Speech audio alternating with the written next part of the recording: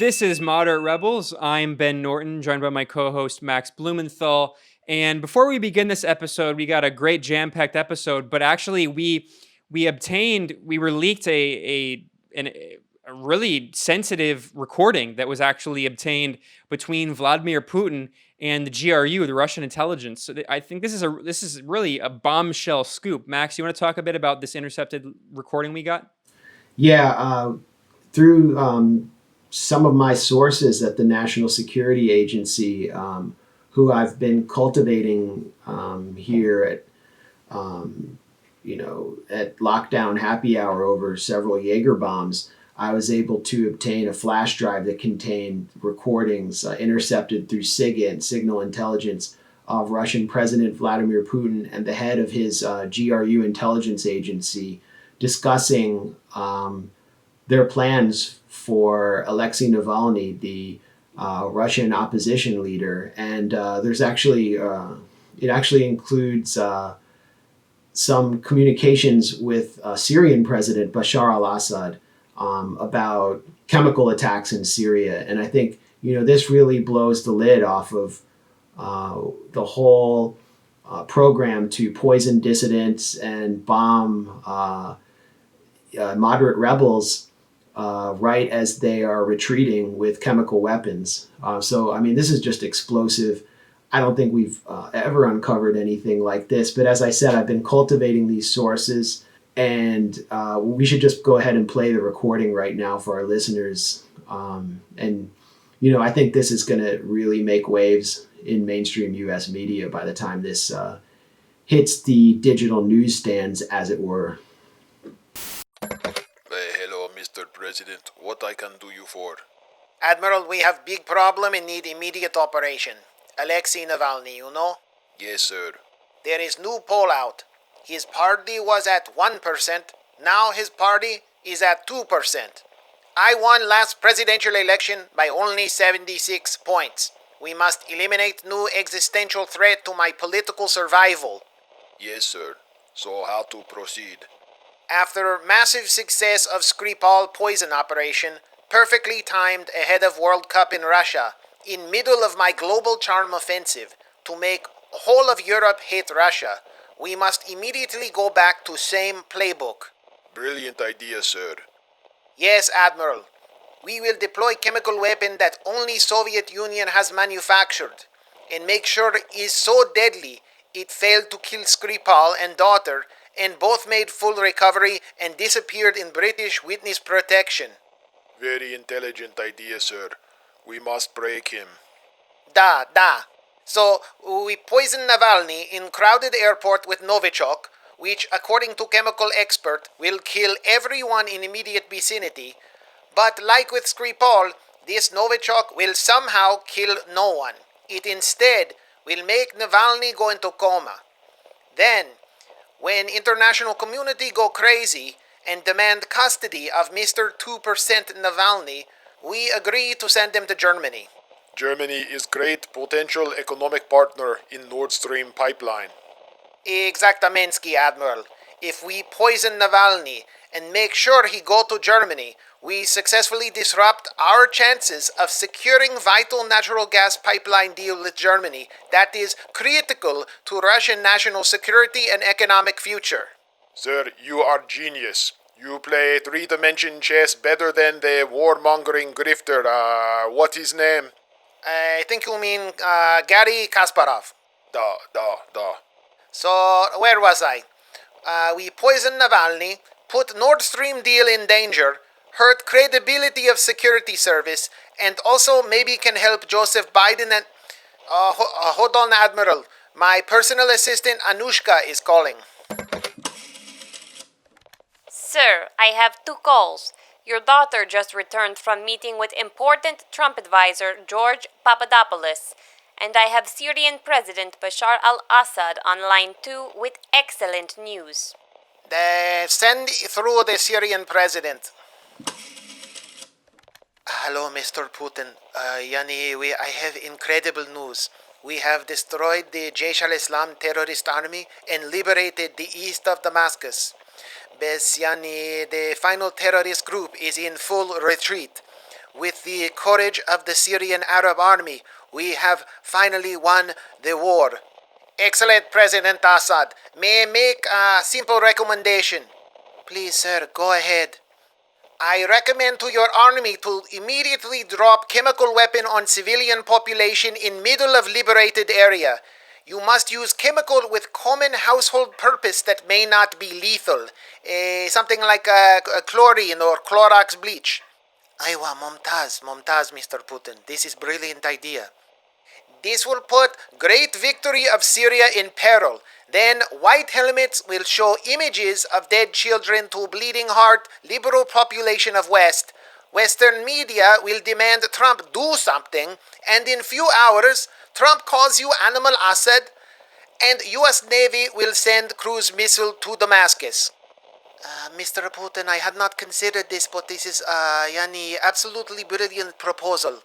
And to be honest, this plan worked perfectly well for me in 2013 in Ghouta and in 2017 in Khan Sheikhoun, Truly, you are a genius, and because you are a genius, you are the richest man in the entire world.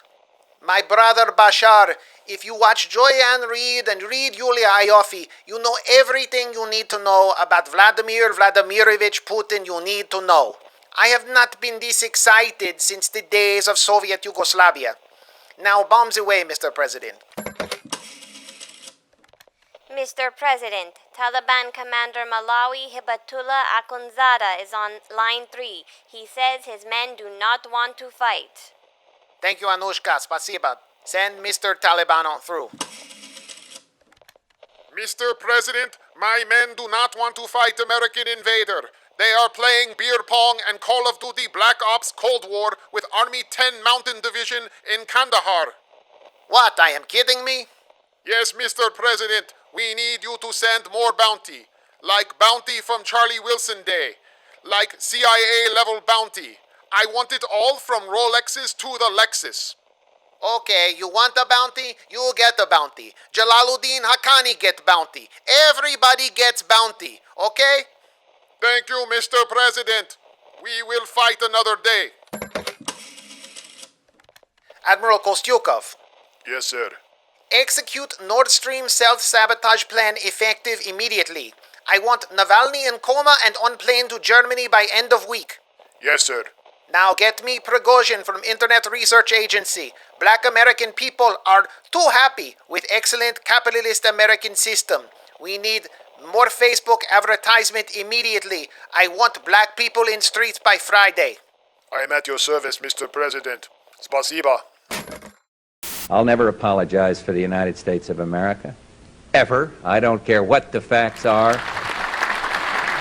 Why are we going to sit down and talk to these quote-unquote moderate rebels? Who are the truly moderate rebels? The search for the moderate rebel. Do these moderate rebels exist?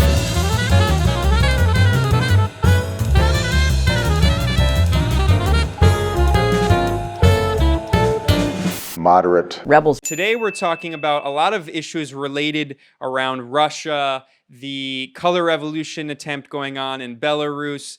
We're also going to talk about the unfortunate passing of lone voices who were speaking out against the new Cold War. Stephen Cohen, the late professor, a brilliant scholar of Russia, just passed away. So there's a lot of related issues we're going to talk about today. And we're joined by someone who is extremely well qualified. We're talking with Bryan MacDonald. You've probably seen him on Twitter at 27KHV, often calling out the so-called fake Russia experts in mainstream corporate media. Unlike them, he actually has lived in Russia for many years. He speaks Russian. He is the editor of op-eds, right, at RT.com. No, I'm not. I'm not editor of op-eds. I'm head of the Russia desk at RT.com. There you go. Even more qualified. I'm nothing. I've nothing to do with op-eds. Only I write the odd one. Okay. So he's an actual expert on what's going on inside Russia and Eastern Europe. So we're going to talk about a lot of those related issues today. So Bryan, let's start off.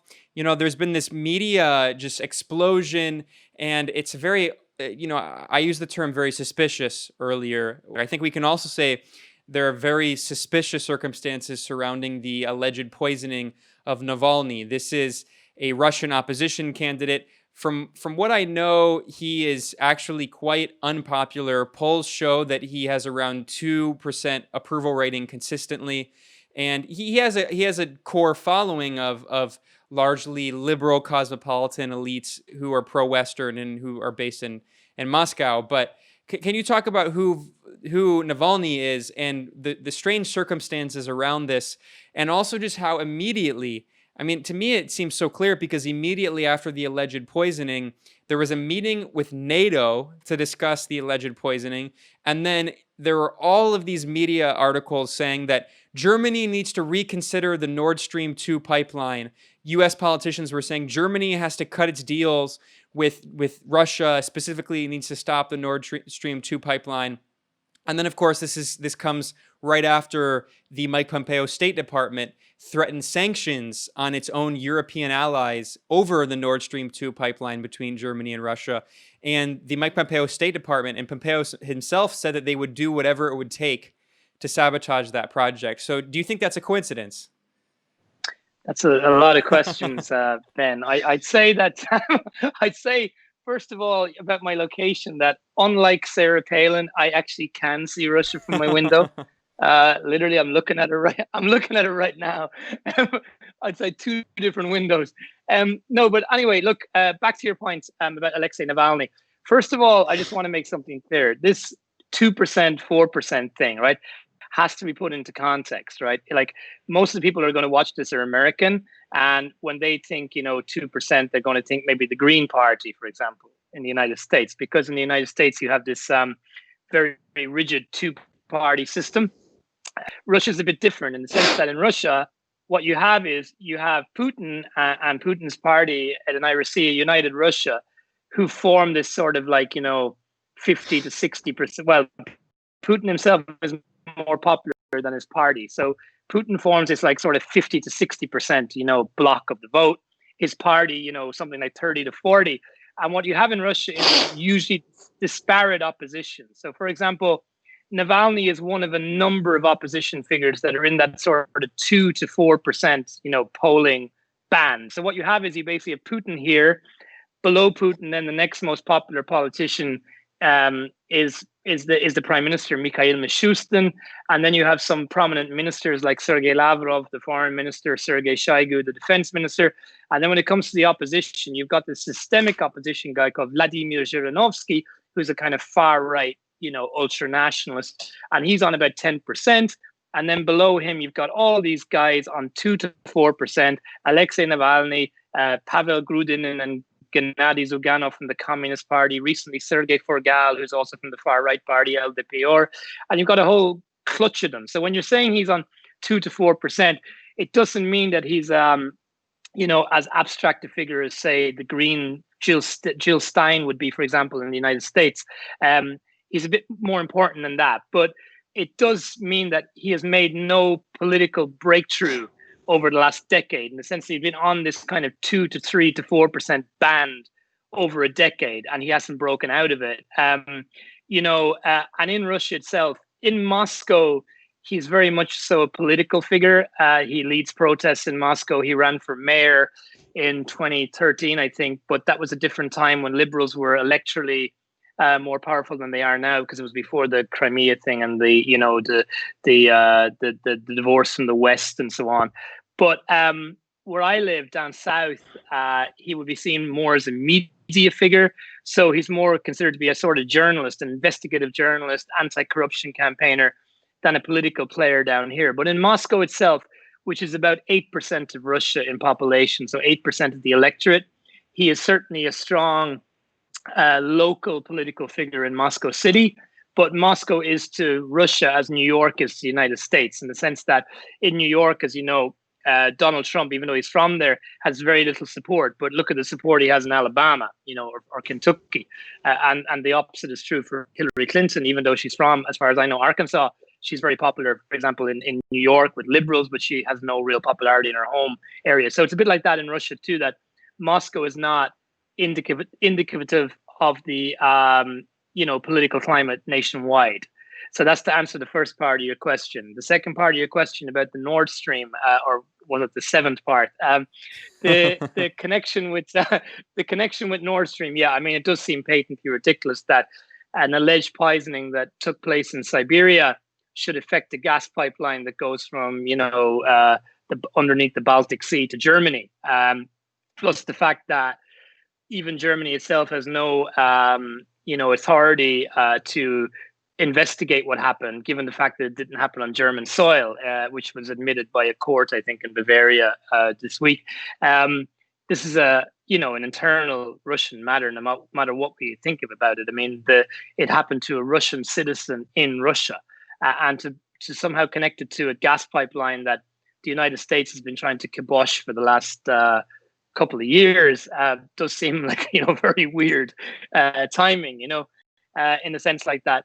I don't want to go into whataboutery, but let's say, for example, what happened to that unfortunate African American man whose name escapes me right now, who was choked to death by a policeman during the summer. George Floyd. George Floyd, may God rest him.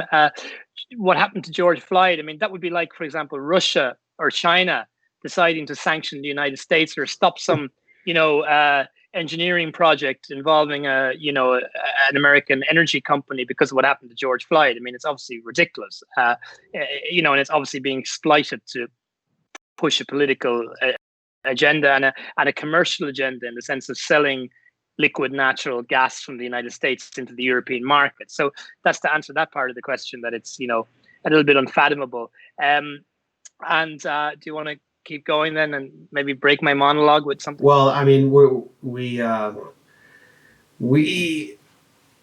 in the United States, at least through our top experts, our most learned officials, understand Navalny to be a Russian Gandhi or Russian Martin Luther King. Michael McFaul, for example, has portrayed him as such.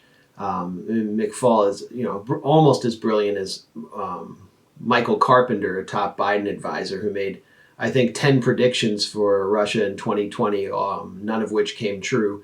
But basically predicted the coming collapse of Russia, kind of like Gordon Chang predicted the coming collapse of China in 2002, and has emerged as our top China expert. By the way, the idea of Michael Carpenter being in government in America next year terrifies me. It's fucking scary. I mean, I met him, and he's an unhinged character, and we'll get into that. You know more about Russia than Michael Carpenter. He knows nothing about Russia, honestly.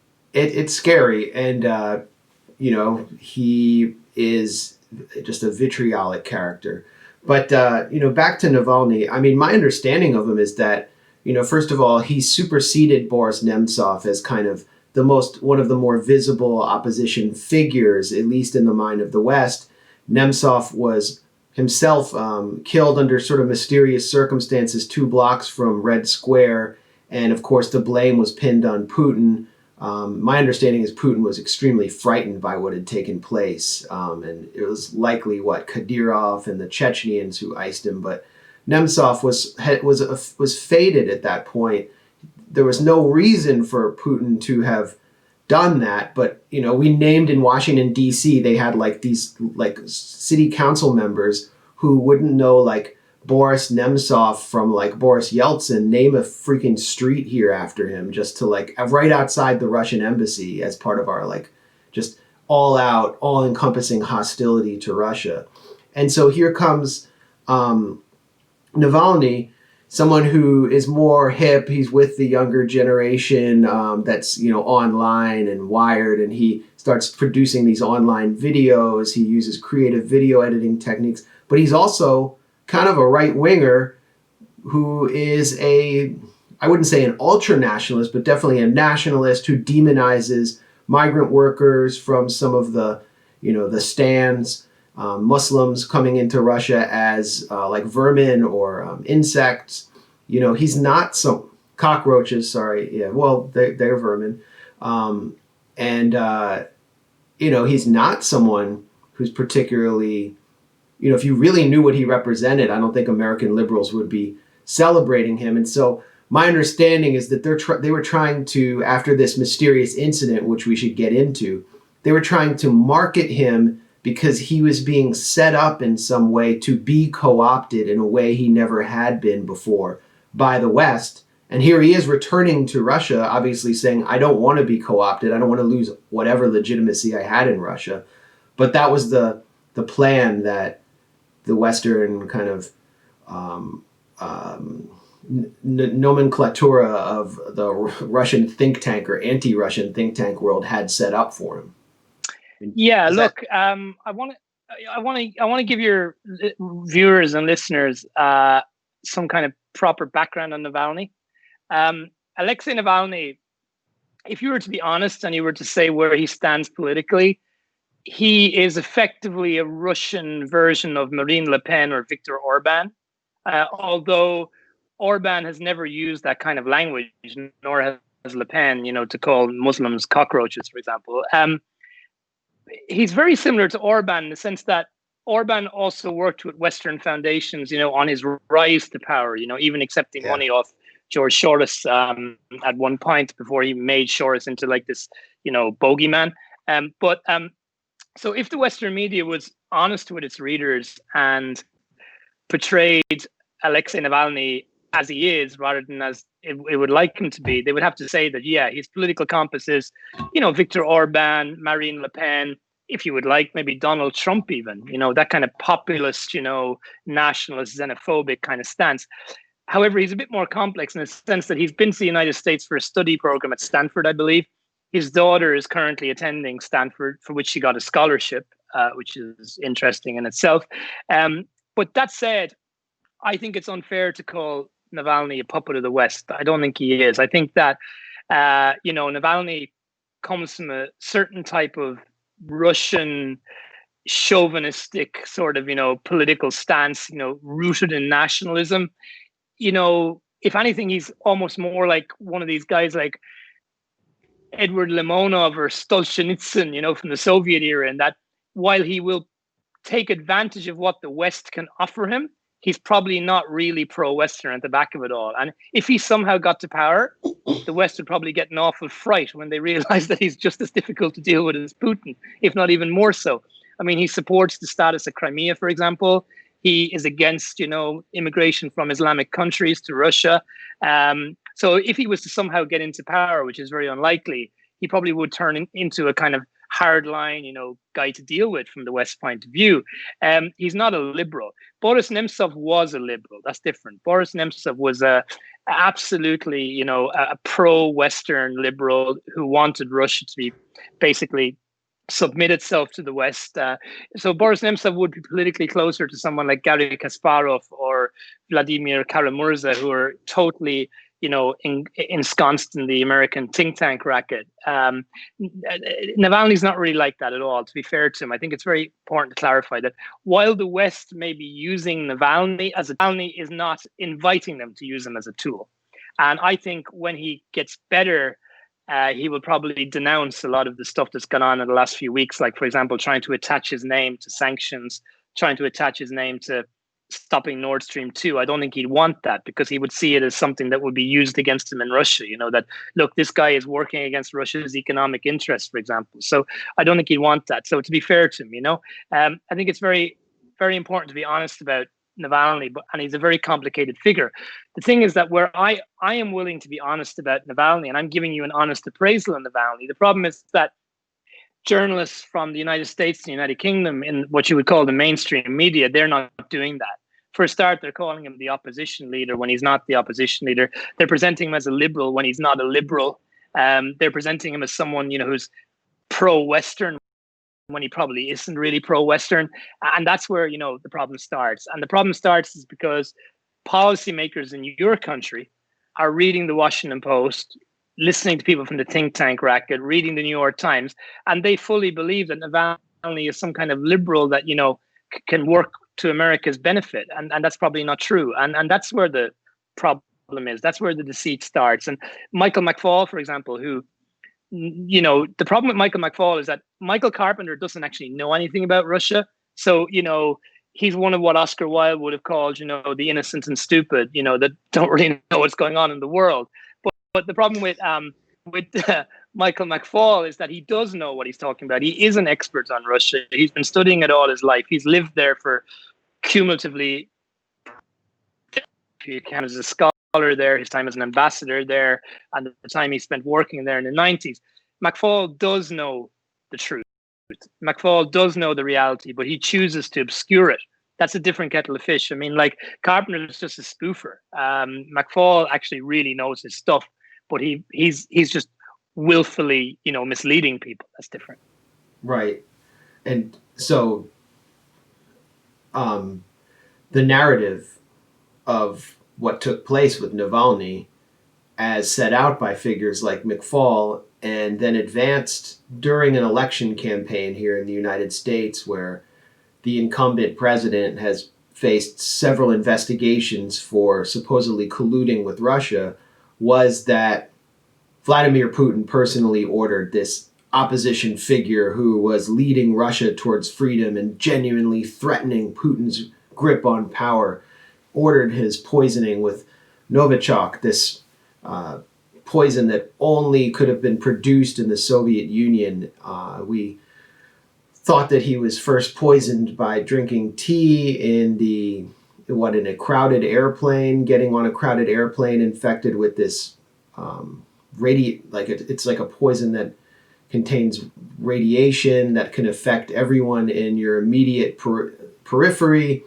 Somehow no one else on the plane was infected. Then he was put in a medically induced coma and taken to Germany for some reason, as though Russia does not have the medical wherewithal to treat him. And then in Germany, the story changed to he was poisoned by a water bottle that he took on the plane. And then we learned that a more powerful Novichok, a super Novichok, had poisoned him. And that super Novichok was found only on the outside of a water bottle that was in his hotel room, which mysteriously the devious Russians neglected to destroy as part of their mop-up operation, which apparently may have never occurred. And Navalny, after taking the super Novichok given to him by not the tea or the first water bottle, but the second water bottle, which was never disposed of by the devious Russians, emerges magically from his medical coma, very much like Sergei Skripal and his daughter, who were also apparently hit by Novichok, after we learned that non-existent ducks and children in their immediate vicinity had been killed, and Trump was shown pictures of it in order to sanction Russia. That children and ducks are still alive. We've learned from the ducks that they're doing well. Donald and Daffy and Minnie Duck, they're all doing Mighty Duck. The Mighty Ducks of Salisbury, England, are doing well. They're alive. But Gina Haspel showed pictures of the Mighty Ducks and Minnie Duck and Daffy and Donald Duck to Donald Trump and said they were dead, and Donald Trump slapped sanctions on Russia. So what I'm saying here is there's these Novichok incidents where these figures who seem to be irrelevant to Vladimir Putin get hit. They emerge alive after being hit with this really powerful Soviet-specific poison, and then they live another day, and then the West moves on, but only after some geopolitical moves are made, as Ben mentioned up top, push to get Merkel to cancel the Nord Stream pipeline, which has been a huge priority of the Trump administration, especially Pompeo. So, I mean, am I being too conspiratorial to suspect that something unusual is taking place here with these Novichok incidents? Am I, am I a Russian active measure for raising these issues? Well, look, all I can say is that if we look at it objectively, only 2 weeks ago, the Germans were saying that this was a new Novichok that was more lethal than the previous Novichok, which was apparently used in Salisbury. Now, in Salisbury, as you know, the Novichok was so lethal that one of the houses apparently had to be demolished because it was so infiltrated with Novichok that it could never be used again. And they killed the cat. They killed like Mr.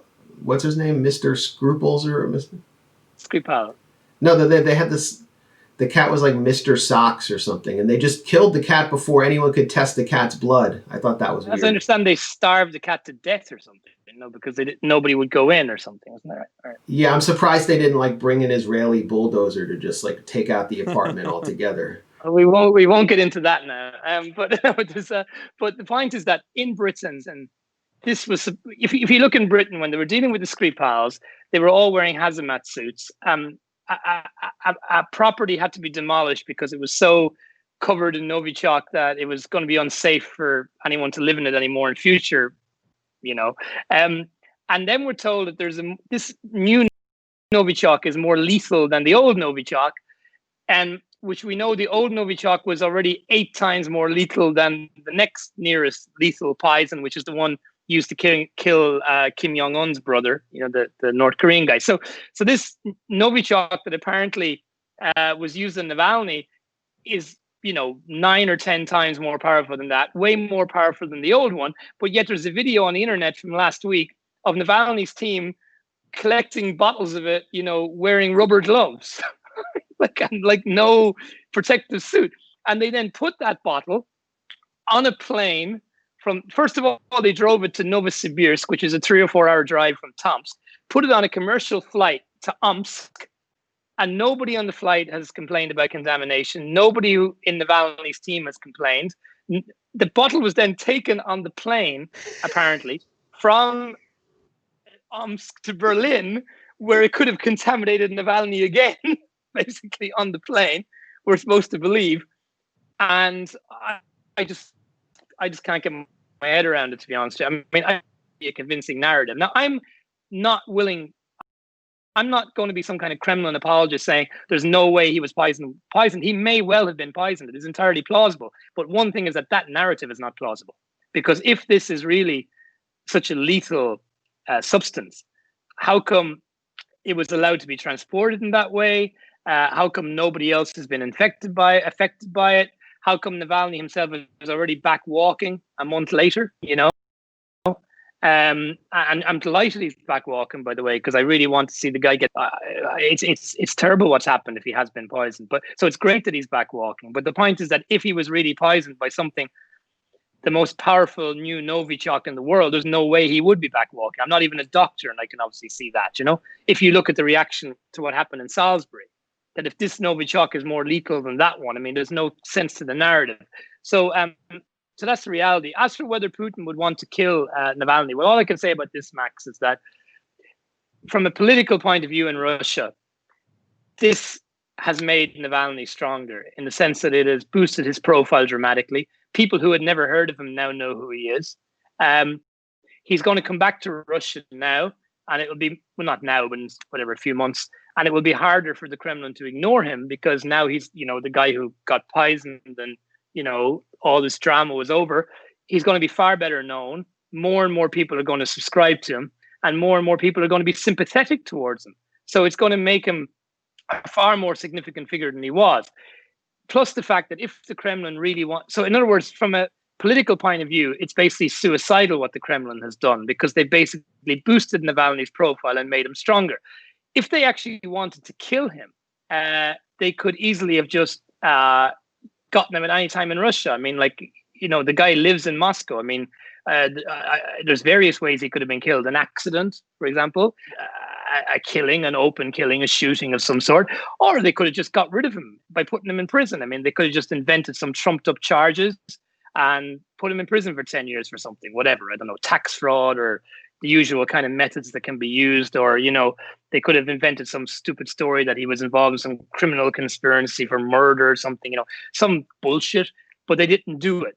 Instead, what they've done, if they did it, is make him stronger, politically more powerful and more of a danger to the Kremlin than he was before. So if Putin is doing this, well, then Putin must be dreadfully incompetent and must have no political nous whatsoever, because all he's done is taken one of his biggest critics and most prominent critics and made his critic even stronger. Yeah, and this is what you mentioned earlier. I mean, it is a possibility that he was poisoned. So what I was thinking is, I mean, it's also a possibility he wasn't poisoned, but let's say he was poisoned, which, seems plausible.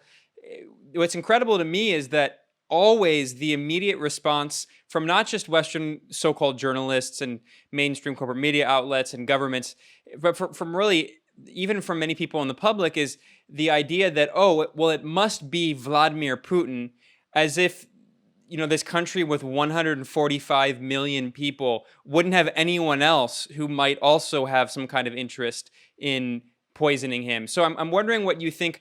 It's incredible that immediately anyone who's skeptical is accused of being a Putin apologist specifically, but actually it's very possible that it could have been an oligarch. That I know that from some of the people I talked to, I know that to the extent that Navalny has a following, he has a following because he makes these anti-corruption videos, and that apparently he's pissed off some of the Russian oligarchs.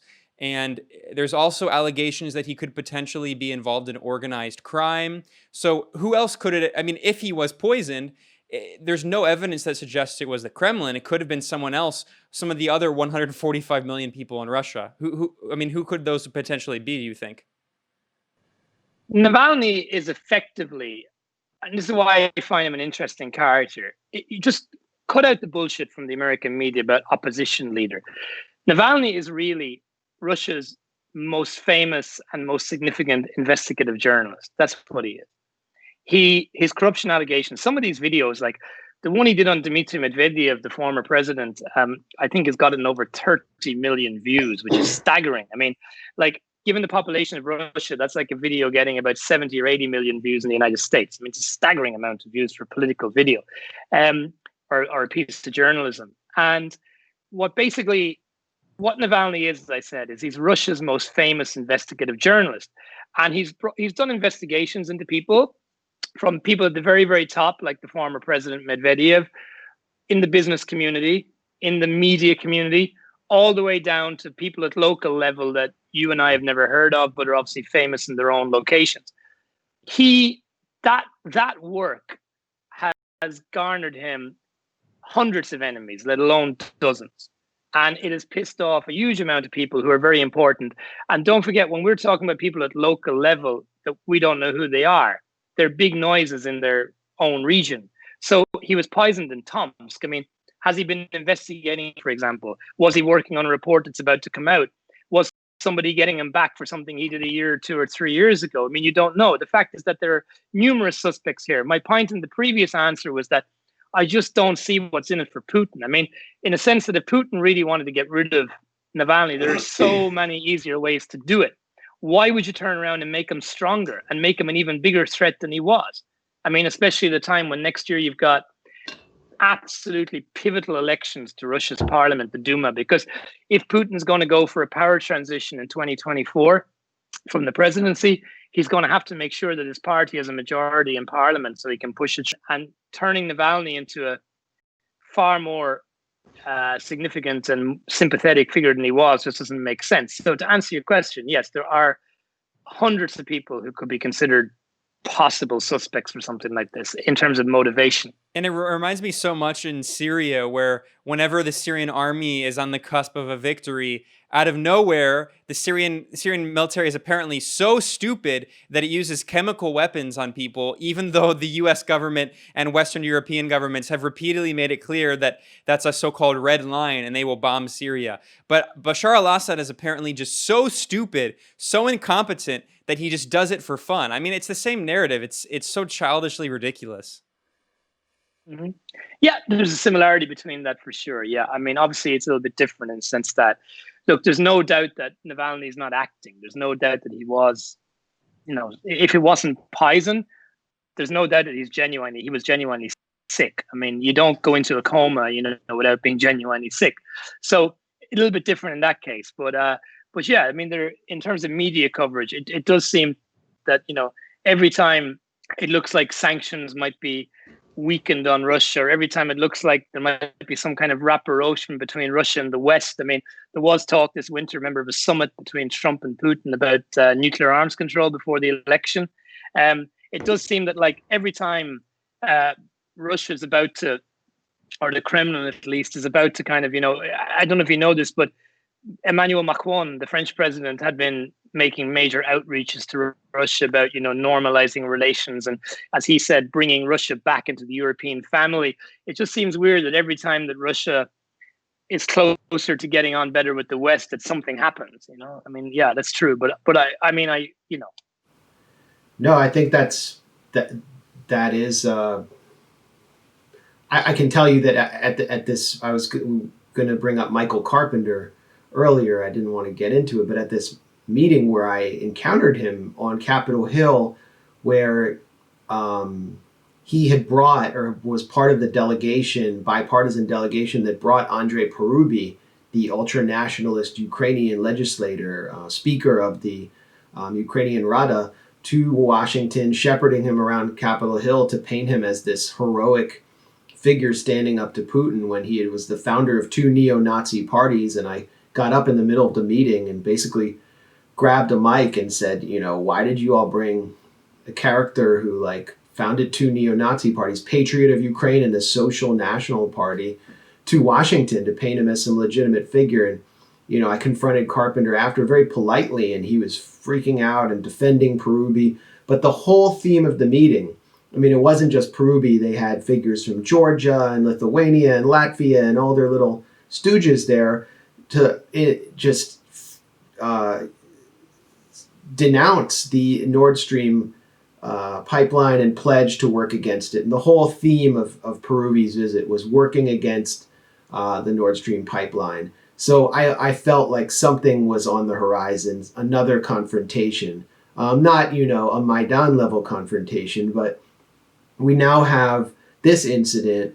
And this incident, by the way, illustrates for me how scary it must be to be an opposition figure anywhere in the world who can be seen as advancing U.S. interests, because as soon as you lose relevance, you are worth more dead than alive to your movement in the eyes of a powerful sponsor. That's like Juan Guaido. I'd be scared to be that guy right now, because the best thing that could happen for the Guaido, I hate to say it, but the best thing that could happen for the Guaido mafia, which has been completely faded from the scene, is that something happens to Juan Guaido and then they can wag the finger at Maduro. That's why I think nothing has happened to him. He hasn't been arrested. And I thought the same of Navalny. This is the first time I've heard of him in a while. So it must be frightening to be him.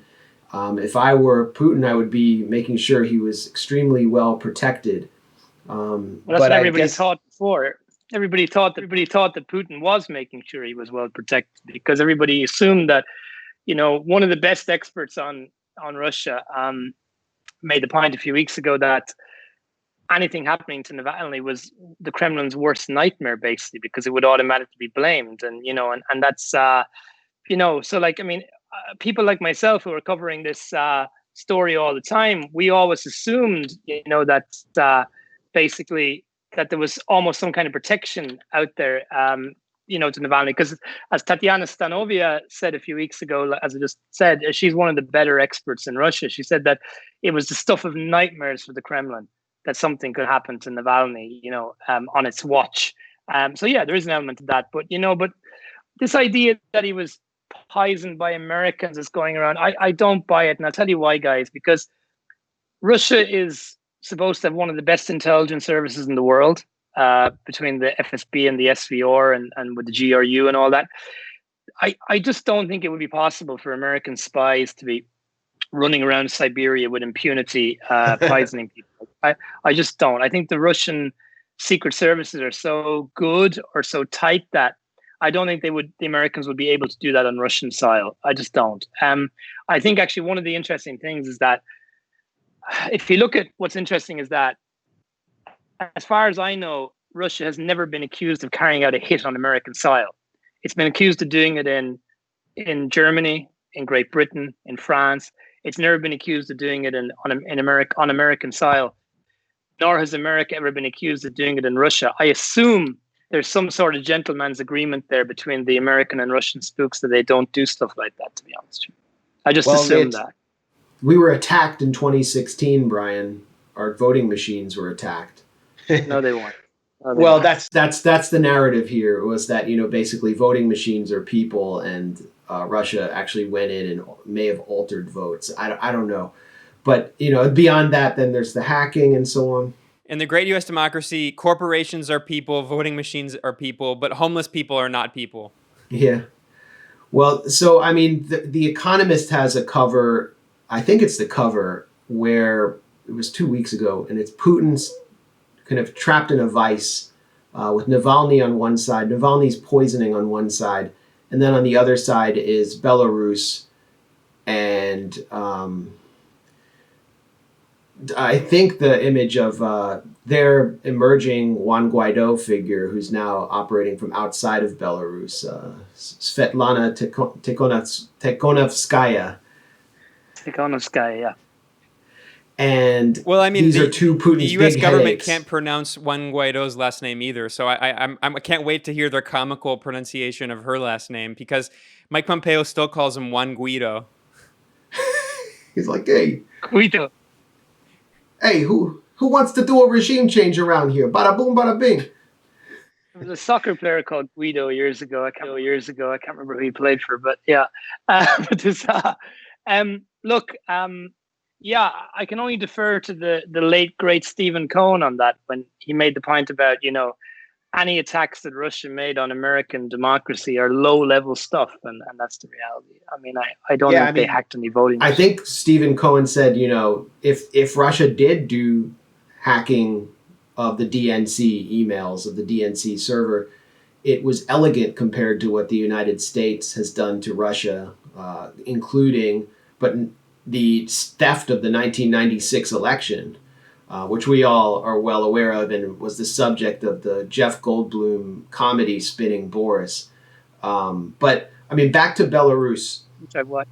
Yeah, I mean, it's worth watching. It's a pretty honest portrayal of what happened. It shows the mafia funding this operation to bring U.S. consultants in, with the CIA watching, in order to steal the election for someone who is basically selling Russia off to the United States and the Harvard boys.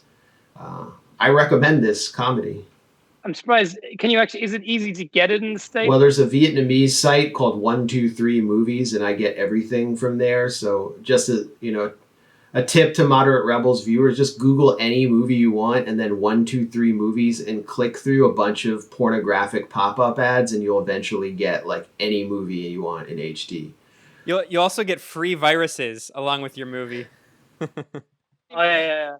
Do you remember the American drama series Without a Trace? Yeah. Vaguely. The guy that used to play Jack Malone, the guy that used to play him, he was in that movie. Yeah. In the Spinning Boris. Yeah, I think he's Australian, I think. I knew these guys because I covered the California recall election when Schwarzenegger became governor, and these consultants were repurposed from Pete Wilson's old campaigns. They were just like moderate Republican hacks that knew how to run basically a... Do you know Liev Schreiber, the actor? Yeah. He was in it too, actually. Now it's all coming back to me right now. It's a terrible movie. Terrible movie, but I think, compared to what's coming out of Hollywood now, celebrated right now at the Emmys, which is all Cold War propaganda, it was refreshingly honest. In any case, I mean... The Economist has laid out kind of the dream scenario. But before you start, by the way, there's not one single publication on the planet that gets Russia more wrong than The Economist. Exactly. I remember actually about a year ago, they tried to say that Russia was less democratic than China.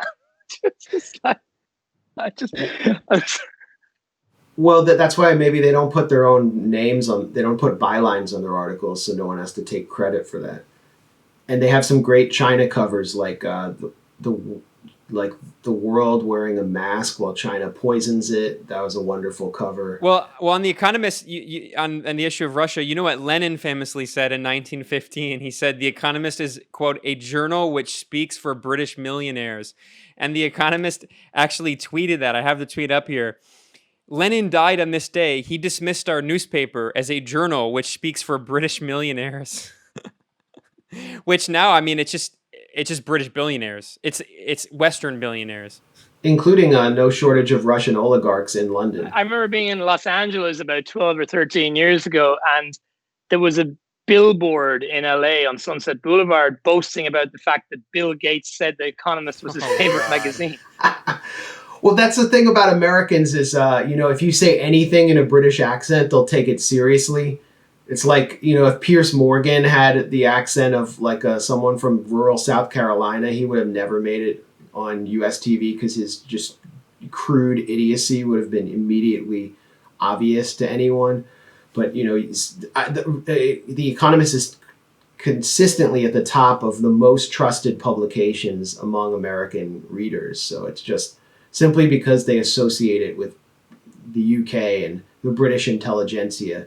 But in any case, they have this illustration, which I think is a fantasy of, the NATO and UK Foreign Office and British elites who hate Russia want to see it balkanized and weakened, and it's Putin with this headache, like the vice of Navalny on one side, and then Tikhonovskaya on the other, and the Belarus rebellion, what you could fairly call a color revolution.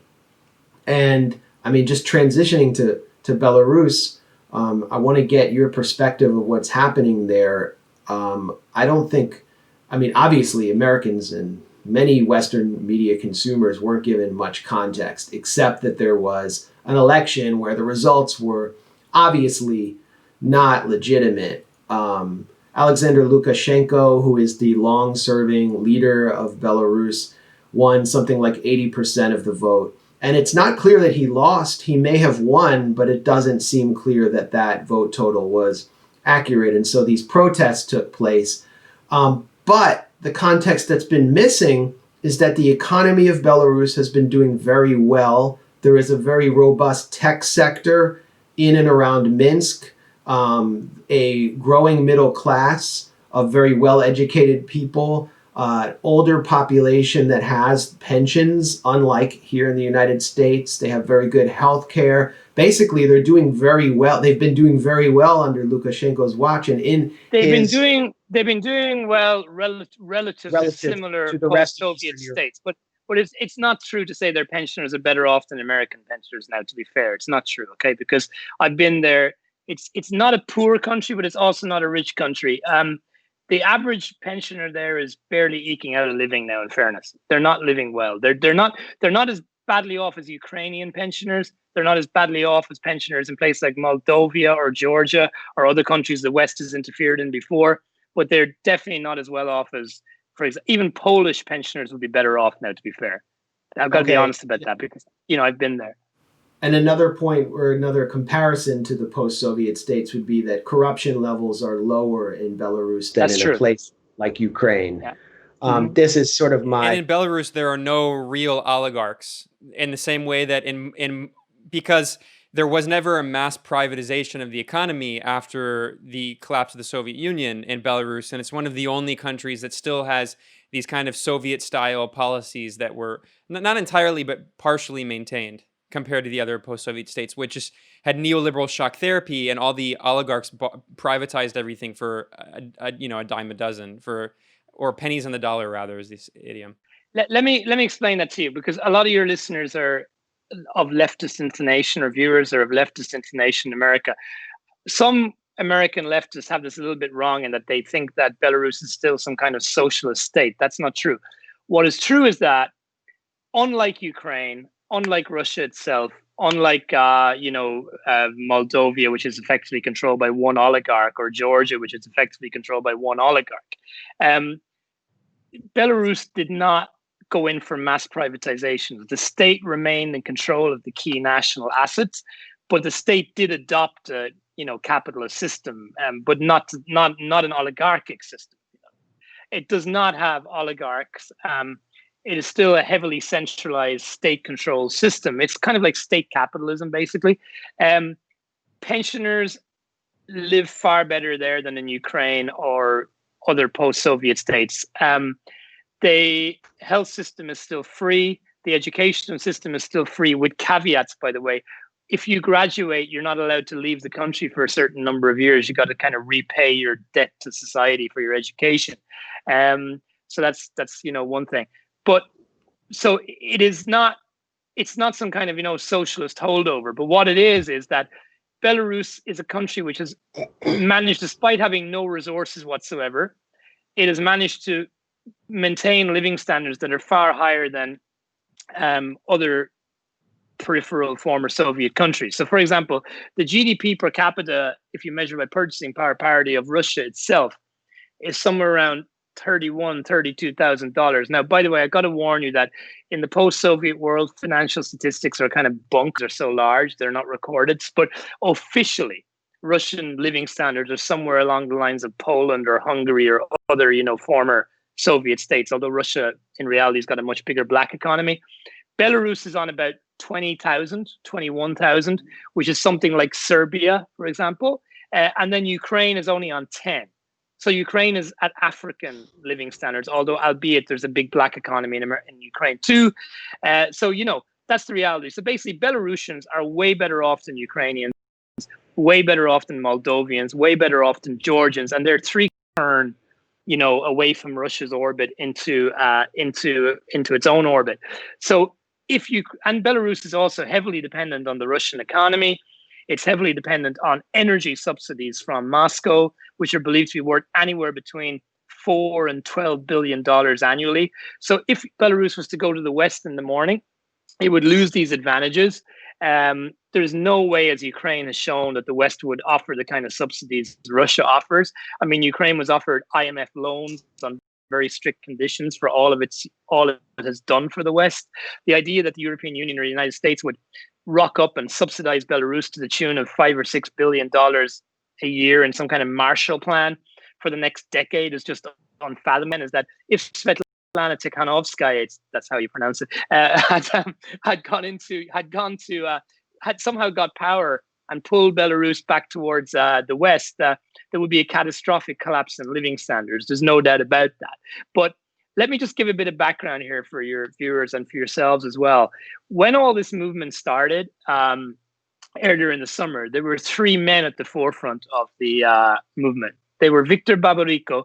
Now, remember that name, Viktor Babariko, because in my view and the views of a lot of experts, he is probably the most likely future president of Belarus. Tikhanovskaya has now basically turned herself into a sort of, Juan Guaido. You pronounce it Juan. Guaido. Yeah, I don't want to get it wrong. Guaido. Because I know you guys are... Guido. The accent on the O. Guido, is it? No, it's Guaido. I'm not even going to try. She's become a Guaido figure. I mean, she met with Bernard-Henri Lévy, and that's kind of like the kiss of death. It's like when you're standing there next to that open-collared clown, it's just over. Well, and not just that, Lithuania, which is a NATO member, now recognizes her officially as the interim president of Belarus, which is exactly, that's exactly the Juan Guaido strategy. Guaido. I won't even try to pronounce it. Guaido. I'll just embarrass myself. So we'll call him Juan from Venezuela. Yeah, no worries. Fair play to you. So basically, the thing about it is that she has allowed herself to be viewed as a tool of the West now in Moscow. Now, in the beginning, her husband, Sergei Tikhanovsky, he was trying to become a presidential candidate, as was Viktor Babariko, and as was Valery Sepkalo, who's another part of the wheel. Tikhanovsky and Babariko have been imprisoned.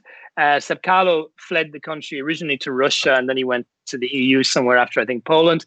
And because the men were all either exiled or imprisoned, three women came to lead the movement in around July. They were Maria Kolesnikova, who's the only one that's still in the country. She was, last week they allegedly tried to deport her to Ukraine. She was the campaign manager for Viktor Babariko. Svetlana Tikhanovskaya has gone to Lithuania, and the other Sepkalo, Veronika Sepkalo, she's with her husband together in Poland, as far as I know. She also went to Russia first with her children in the immediate aftermath of the whole thing. So look, that's the situation where it is. Now, the problem we have in the West, as is customary in covering this part of the world, in the same way that, Boris Nemtsov, who was polling at less than 1% when he was killed, is presented as some kind of major opposition figure now, even though he was a busted flush long before then. In the same way that Alexei Navalny is portrayed as the opposition leader when he's not, it's happening with Belarus too, in the sense that Tikhanovskaya is the opposition leader, but she's not. The real political heavyweight here is probably Babariko. There's basically no chance of Tikhanovskaya ever becoming president of Belarus in the immediate term anyway, because Moscow is the kingmaker here, and there's no way Moscow would ever accept her now. After she's allowed herself to basically be manipulated by the West to such a degree, there's no way back for her as regards Moscow. And as I've already explained, if Belarus leaves Moscow's embrace, there will be a catastrophic drop in living standards. Belarusians are not stupid. They know that. That's why there's no chance of her ever getting elected now. She's seen as too pro-Western. So there you go. Stepping back a little bit from possible outcomes of what's taking place, we want to get your perspective on just the overall anti-Lukashenko protest movement. You pointed out recently that the think tank racket in Washington, the Atlantic Council and SIPA, which are both supported by the arms industry and NATO and these sort of forces, SIPA's director was affiliated with the Integrity Initiative, which is basically a NATO troll farm. I mean, they are sort of running kind of an Operation Mockingbird style scenario. What's very interesting is, cut across you for a second. What's very interesting is that SIPA and Atlantic Council, there were three particular activist stroke journalists on Twitter who were, the go-to guys in the English language. They've all been signed up by either Atlantic Council or SIPA in the last 2 weeks, which is really, really interesting. That's exactly what I was going to bring up. I mean, So you had this character, Franek Viakorka, for example, who he came across my radar like last year when I saw Richard Engel interviewing him after Mike Pompeo's unusual visit to Belarus. I think it was the first time a U.S. Secretary of State had been there in many years. And I thought, they're preparing something. I don't know if they can get it going. Who is this Viakorka guy? And I look him up, and it's just like he's up to his eyeballs in, U.S. connections, U.S. funding. And he was working for Radio Free Europe at the time, which, is a spin-off. It was like a CIA cutout that is operating under the auspices of the U.S. Agency for Global Media, which is run out of the State Department. But Richard Engel from NBC is interviewing him like he's just some normal Belarusian journalist on the ground. And then this guy goes to the Atlantic Council as soon as these protests kick off because he speaks perfect English, along with the other figures you mentioned who are the English speakers affiliated with the Belarusian opposition.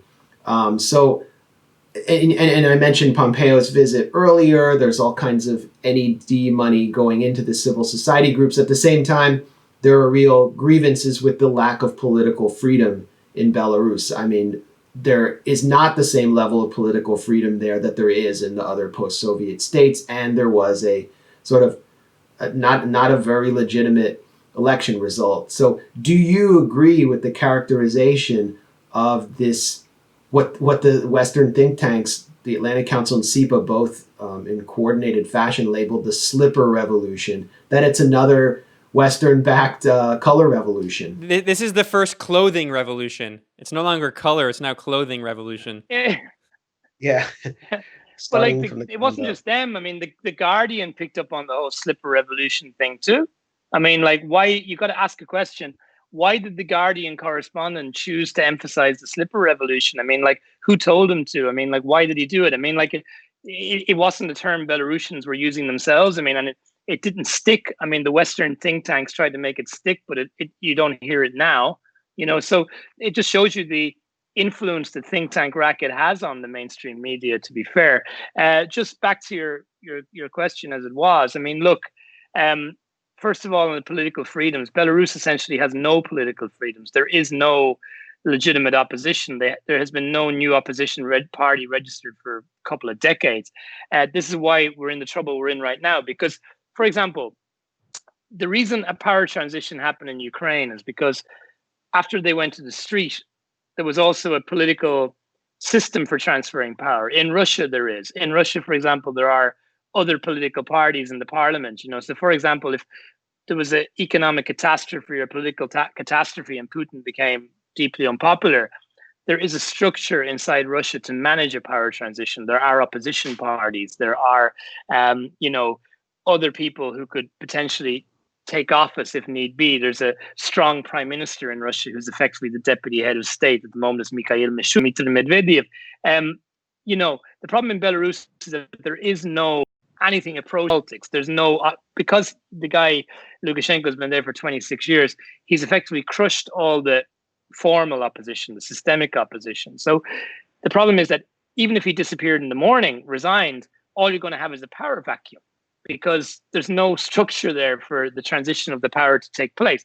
And that's why I think Moscow, now it seems to me, and other experts in Moscow will say this off the record, that, or Sochi, where I was talking to a few people last week, where he met Putin. And Sochi is very close to where I live. And basically, the thing was that they were saying that what Moscow wants him to do is they want him to stay in power for about another 12 months. They want him to pass a referendum on a new constitution that would create the structures that would allow power transition in Belarus, and then basically to, leave the etage, that's what they want. Now, the problem is the protesters are out in the streets at the moment, and there's no actual way to conduct this power transition. And as for the idea that Tikhanovskaya won the election, what I have to say, nobody knows. That's the problem, because the election was falsified, Max. There's no doubt about that. But the problem is that we don't know to what extent it was falsified. So when opposition figures are saying that, Tikhanovskaya won 80% of the vote and Lukashenko won only 10%, that is as ridiculous as saying that Lukashenko won 80%, because it's not true. We don't know who won. Lukashenko, by the way, may have won. He may have got 52% or 51%. It is possible. And Tikhanovskaya might have got 30, for example, and then some other people. But we will never know, because he falsified the election to such an extent that, it's never going to be known as. So clearly the only solution is another election. The problem is that everybody understands Moscow, by the way, has no love for Lukashenko. Putin apparently hates him on a personal level, thinks he can't be trusted, resents the fact that Lukashenko has tried to play Russia off the West for so long.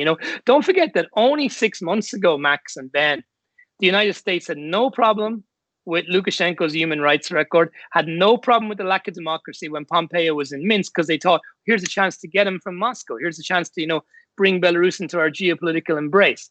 So what Russia's trying to do right now is Russia's trying to manage a transition, but not to do it from the street, to do it, legally, to go over referendum, bring in a constitution that will create the parameters to transfer the power.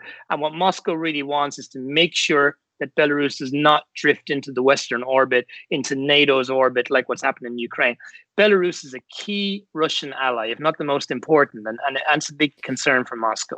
So the fact is that Moscow is not against democracy in Belarus. Moscow is not against human rights in Belarus. But what Moscow does not want to see is some complete breakdown in law and order in Belarus. And I'm also interested in hearing your thoughts on the union state between Belarus and Russia. I think that's an important factor that doesn't really get explained a lot in Western corporate media coverage. And, I think of course, you're absolutely right that Russia needs a leader in Belarus that is not going to steer toward NATO and the European Union. That's, of course, a rational response. But I'm curious to what extent you also think that Russia might have economic disagreements with Lukashenko. I mean, clearly it's true that Lukashenko has tried to play both sides against each other to his own advantage, and that has, infuriated Moscow. He has, to an extent, played ball with the West. But I'm also curious if you think that some of the opposition figures that Moscow is considering to eventually replace Lukashenko after this transition process you outlined. You named Viktor, it's Babarika, right? Looking at his background, I mean, he was a banker, and it seems like there's not much discussion. It seems like ideology is often considered a kind of afterthought. So would these just kind of be technocratic hold-ins who would be pro-Moscow, but who would probably oversee some partial privatization? Maybe not as much as like the NATO puppet candidates would, but I do think that there definitely seems to be economic disagreements between Russia and Belarus. And you're right that Belarus certainly isn't the socialist state that it still was, but it has much more of state control of the economy than, say, Russia does. Yes, it does. Don't forget one thing, that Russia itself is a neoliberal state. Don't forget that. I mean, Russia's... Absolutely. Well, that's what I'm getting at. Yeah. Russia's a country with gross inequality. Moscow almost itself, as much as the U.S. More, I think, statistically. And probably, given the fact that the black economy here is so huge, probably even more, non-officially. I would say that probably what Russia wants, in my opinion, is for Russian oligarchs to control the state companies in Belarus in the future. Because for Russia, it's preferable to have its oligarchs in control than to have, say, Western oligarchs in control down the road. If we accept the fact that the present system in Belarus is finished, basically the guarantor of the present system was Lukashenko. So no matter what comes after Lukashenko, whether it's pro or amenable to Moscow in the sense of someone like Viktor Babariko, who, by the way, the bank he worked for was a Russian bank, Gazprom Bank, for all those years, 25 years, I think. Or if the next leader who was to win the election was someone from Tikhanovskaya's family background, her allies. All it will mean is that if that side was to come to power, Western oligarchs will, rape Belarus of its assets.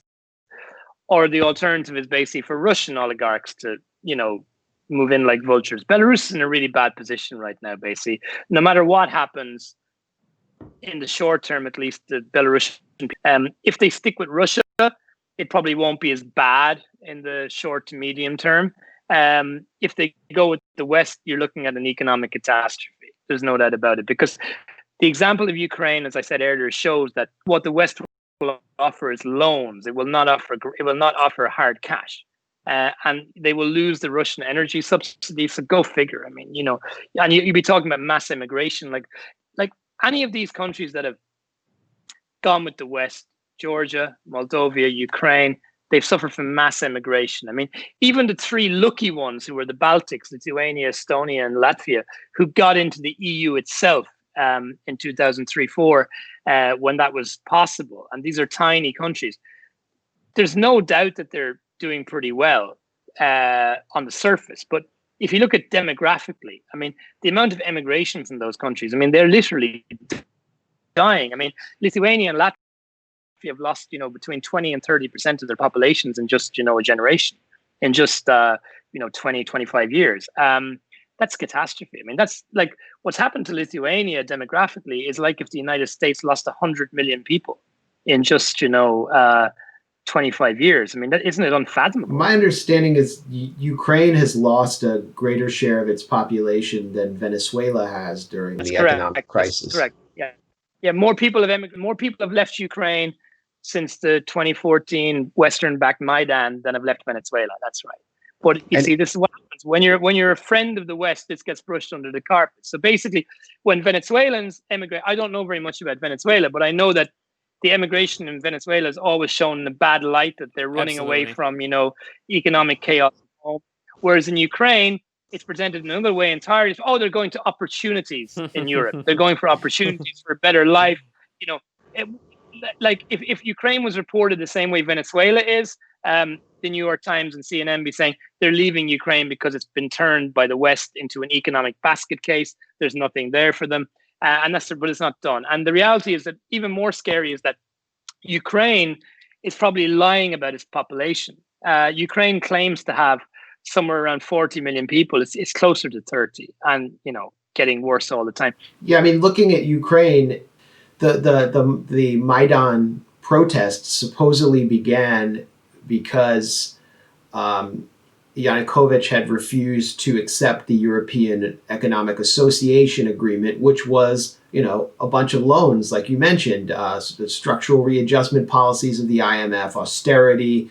And meanwhile, I mean, people in the US, they don't seem to understand that whatever the politics in Ukraine are, geographically, it's next door to Russia, which produces tons of natural gas, and you're just going to get a better deal there. And it's the same with Germany, where getting gas from Russia through the Nord Stream pipeline is going to be a lot cheaper than getting gas shipped there And it's not just about gas, about the well. I mean, like the Russian market is huge. I mean, by purchasing power parity, Russia's the biggest economy in Europe. You know, and it's the biggest economy, and it's also the most populated country. I mean, it's a country with 146 million people. Losing access to that market would be a catastrophe for Belarus in terms business. of exports. Yeah, of course. Like losing access to that market. I mean, for agricultural producers, for small scale manufacturers. I mean, like one of the most famous companies in Belarus, and don't laugh, is the Minsk Tractor Works. It's a very famous company. Minsk tractors are famous all over the place. I don't know the exact figures, but the vast majority of their product goes to Russia. To lose access to the Russian market would lead to the collapse of the Minsk Tractor Works. Like Antonov, the famous plane makers that built the largest plane in the world. Antonov essentially doesn't exist anymore because after the Maidan, it lost access to the Russian market. That's the reality. It was Russians who were buying Antonov planes. Right. I mean, you get severed from your buyers. You cannot export anymore if you side with the West, and that just seems like a recipe for economic doom. It's just not understood in Washington. It's fully understood. Oh, they know exactly what they're doing. They just don't care. Yeah, maybe I mistake what they say for what they actually believe, but they're purely cynical. They're totally cynical. I mean, people like Michael McFaul we mentioned earlier, people like Victoria Nuland, they know enough about this subject to know what their policies will do. They already saw what happened in Russia in the 90s. I mean, they saw it happen in real life. Some of them were there. They know what the kind of hardship that these policies bring in, but they're doing it willfully. They're ignoring the human consequences of it. And like I said, the narrative is that all these Ukrainians going to work in the European Union, isn't it great? They're all going to Poland. They're all going to Germany for these opportunities. They're leaving their families behind. They're leaving their hometowns behind, their home cities. I mean, as someone who migrated myself, that's not an easy thing to do, to be separated from your family.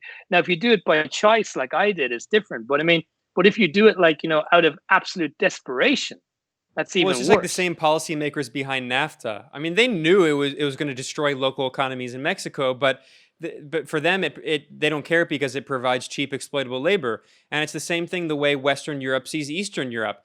Poland, a member of the EU, provides all of this easily exploitable labor by people who are precarious and are going to do the horrible jobs that no one in Western Europe wants to do. And then the policy repercussions are internally are similar. I mean, that's it. I'm glad you brought up NAFTA because the repercussions politically in the United States, since there was mass migration from the Mexican interior, especially the Mexican South, the rural South, because of NAFTA, it went north to Juarez, to Tijuana. There was a destabilization there also because of the drug war. And then you have very poor, desperate people coming across the border looking for work in an increasingly neoliberal U.S. economy. I think you can draw a straight line between that and Donald Trump, who ran on building the wall and renegotiating NAFTA. And it's the same with Brexit in the UK, where the resentment of migrants there really comes from Polish people. It's directed towards Polish people. Here's another funny thing that nobody wants to talk about as well. Well, everybody that bemoans the right-wing drift of Poland and Hungary, that talks about, the drift to authoritarianism with Kaczynski in Poland and Orban in Hungary, forget something. What has facilitated that, rise of the far right in those countries is because all the young, liberal, leftist, educated people emigrated. Well, not all, but most of them. So the kind of people that should have been coming into politics in Budapest and in Warsaw, right now or 10 years ago to oppose Orban, to oppose Kaczynski, they all moved to England or to Germany or to France for more money, for better opportunities. The educated left. They left. They went to Dublin, they went to London, they went to Paris, to Barcelona. And that's why the right have dominated these countries now, because the leftist thinkers are gone. They're gone. And that's another thing nobody wants to talk about. And, and Brexit, like you said, I mean, there's no doubt in my mind, I'm from the country that's the closest neighbor of the United Kingdom. I know a lot of people over there. There's no doubt about it that the British working class got absolutely fed up with mass immigration from Eastern Europe, and that's what caused Brexit. There's no doubt about it. Absolutely no doubt about it. Yeah, I wrote about it in my book, The Management of Savagery, in terms of the Syrian migration crisis or refugee crisis, which was the direct effect of policy choices by people in Washington to basically deliberately destroy a country that had been a bulwark of Arab resistance and independence. And so you get 1 million refugees walking the Balkan Trail. You get, Viktor Orban building his little wall. You get 70% of British voters, according to a YouGov poll, saying that they were voting on the basis of immigration in support of Brexit, even though there were only 60,000 Syrian refugees allowed in the UK. Cheap Polish labor. I hate to frame it that way because these are people whose lives had been destroyed in their own country, generated a lot of resentment among the British working class. So, it fits with the theme of my book perfectly. And I think we're seeing the West attempt to do that to another country in Belarus. Ben, I don't know if there's anything you want to add, but I think, this might be a good point to transition briefly to Stephen Cohen. Yeah, no, I just think Bryan said it well, that clearly that this is a political conflict going on between it's so clear NATO wants to install a compliant puppet, well, not necessarily a puppet regime, but a regime that is going to serve NATO's interests, just like in Ukraine, and they don't care about the well-being of the Belarusian population. For me, what's frustrating is just the reality that although certainly Belarus is going to be much better off staying as part of the Eurasian Economic Union, staying in alliance with Russia, I think Bryan's also right. It's unfortunate that the reality is that the modicum of stability and social services that people have now, even though they're not great, they're not at the same level as in the Soviet era. It seems like that part of that is probably going to be privatized by Russian oligarchs. So it is an example of how neoliberalism is a global economic model, and it's something that, even though in Russia it's not as brutal as it is in the U.S. and parts of Western Europe, it still is very real and is brutal at some times. So here we're going to end part one of our conversation with the journalist Bryan MacDonald. In the second part, we're going to talk about the death and the legacy of the brilliant Russia expert and American scholar Stephen Cohen, who just passed away. And then we're also going to talk about how pro-NATO trolls have tried to popularize this ridiculous red-brown alliance conspiracy to justify supporting imperialism in NATO and the European Union and acting as if you oppose imperialism, that you're somehow a fascist, a crypto-fascist. And then finally, we're going to conclude part two talking about what a potential Biden administration could look like if Biden somehow manages to win the election, and how he's surrounded by a lot of very aggressive anti-Russia hawks who are certainly invested in the new Cold War. Thank you so much for listening to Moderate Rebels, or watching it maybe if you check it out on YouTube. You can support us at patreon.com/moderaterebels, and we're out. Talk to you soon.